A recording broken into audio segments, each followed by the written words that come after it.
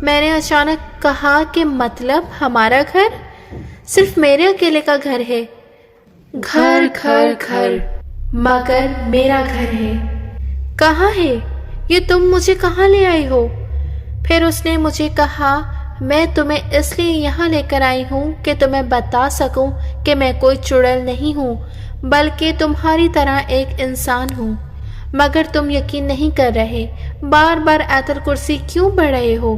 تمہیں بتایا ہے نا کہ میں چڑیل نہیں ہوں، مگر تم یقین ہی نہیں کر رہے ہو۔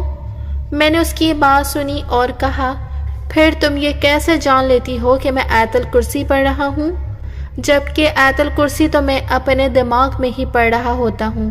پھر اس نے کہا دیکھو ہر بندے کے پاس کوئی نہ کوئی تو فن ضرور ہوتا ہے نا، جیسے کہ تم ایک بڑے پولیس والے ہو، کسی بھی کیس کو بڑی آسانی سے ہینڈل کر لیتے ہو نا، یہ تمہاری فن ہے، اور دماغ میں کیا ہے یہ فن میرے پاس ہے، سمجھے؟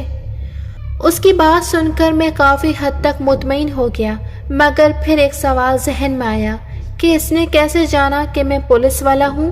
لیکن پھر اپنے ہی سوال شرمندہ ہوا کہ لڑکی ذہن پڑھ لیتی ہے، یہ بات بھی میرے ذہن میں آ گئی ہوگی۔ اب میں اس سے پوری طرح مطمئن تھا۔ پھر اس نے مجھ سے پوچھا کہ تمہارا نام سہیل ہے نا؟ اور میں نے اسبات میں سر ہلایا، اور کیا کرتا، میں تو اس کی ہر بات کو اس کا فن ہی سمجھ رہا تھا۔ پھر میری نظر اس کے بالوں پر پڑی، واہ کیا بال تھے، لمبے گھنے، بس میں تو اس پر پوری طرح فدا ہو گیا تھا۔ پھر اس نے کہا بھائی یہ تو بتاؤ کہ تمہیں یہ جگہ کیسی لگی؟ اور میں نے جگہ دیکھی تو ایک اور خیال آیا، یہ بھی کوئی جگہ ہے؟ یہ کیا جگہ ہے؟ بس اس وقت میرا دماغ خراب تھا کہ قبرستان میں یہ خیال آیا، لیکن مجھے کوئی احساس نہیں تھا کہ یہ قبرستان ہے کہ کوئی حسین باغ۔ میں تو اس کے بے پناہ حسن دیکھ کر گرتا ہی جا رہا تھا۔ پھر اس نے کہا یہ جو باتیں تم سوچ رہے ہو اگر مجھ سے کہو تو کتنا اچھا ہوگا، مگر تم تو کیسے ہو؟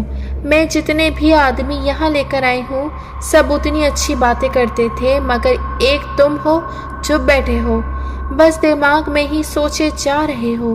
ویسے ایک بات کہوں سہیل، میں نے اس بات میں سر ہلایا، کتنا اچھا ہو اگر ایسے موسم میں بارش بھی ہو جائے۔ میں نے یہ سنا اور کہا ہاں واقعی کتنا رومانٹک موسم ہو جائے گا۔ یہ بات میں نے ہونٹ ہلا کر کہی، بس یہی کہنا تھا کہ یک دم ایک بارش ہونی شروع ہو گئی،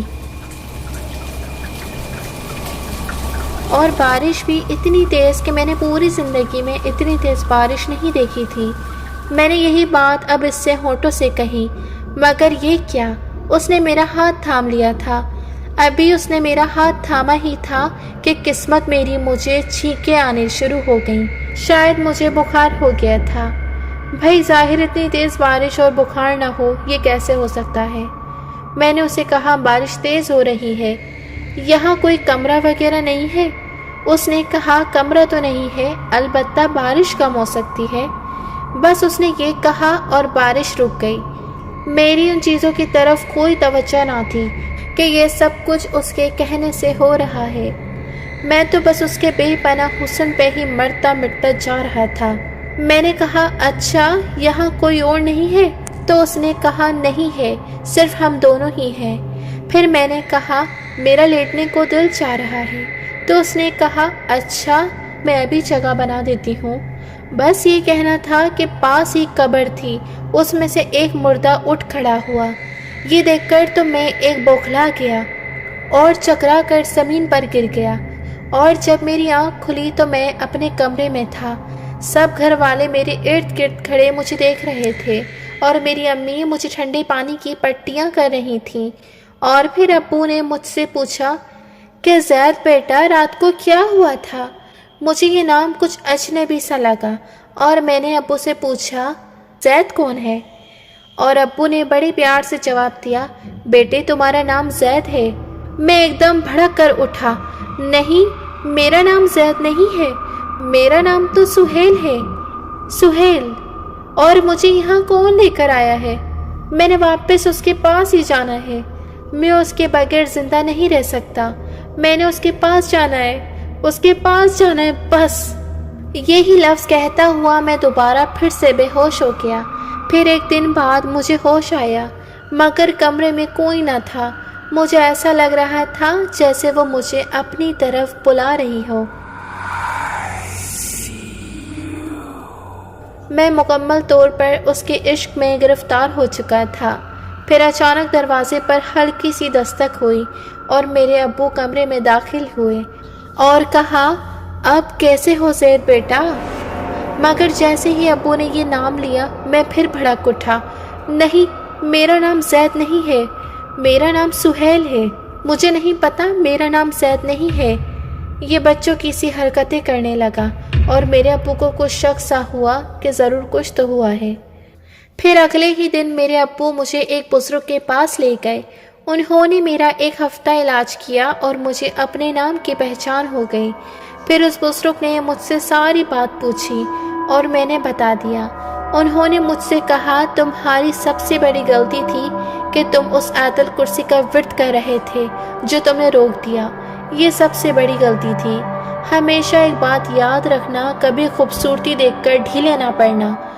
ہماری قوم کی سب سے بڑی غلطی یہ ہے کہ خوبصورتی جیسا ہم سے کہتی ہے ہم ویسا ہی کرتے ہیں اور اللہ کی ذات کو بھول جاتے ہیں۔ جہاں تم نے آیت الکرسی ورد کرنا چھوڑا تھا وہ تمہاری محبت یا عشق نہیں تھا بلکہ تمہارا ہوس تھا، اور اللہ کے علاوہ یہ کوئی نہیں جان سکتا دل و دماغ میں کیا ہے۔ اس وقت تمہیں صرف اس کی خوبصورتی یاد تھی اور کچھ نہیں۔ وہ جو کچھ کہہ رہی تھی تمہیں اس لیے سچ لگ رہا تھا اور تم اس دن اس لیے بچ گئے تھے کہ اذان ہو رہی تھی۔ جاؤ اور آج کے بعد ہمیشہ سچ کو تسلیم کرنا اور کچھ نہیں۔ آج اس بات کو بیتے 5 سال ہو گئے ہیں، مگر اللہ کا شکر ہے اب میں تبدیل ہو گیا ہوں۔ اور اس بزرگ نے مجھے بتایا تھا کہ وہ لڑکی نہیں، وہ اس رات چڑیل تھی، وہ اس رات چڑیل تھی۔ جنہوں نے ابھی تک ہمارے چینل کو سبسکرائب نہیں کیا تو وہ کائنڈلی ہمارے چینل کو سبسکرائب کر کے بیل نوٹیفیکیشن کو آن کر دیں۔ ملتے ہیں پھر کسی اور ہارر اسٹوری کے ساتھ۔ So stay tuned. اللہ حافظ۔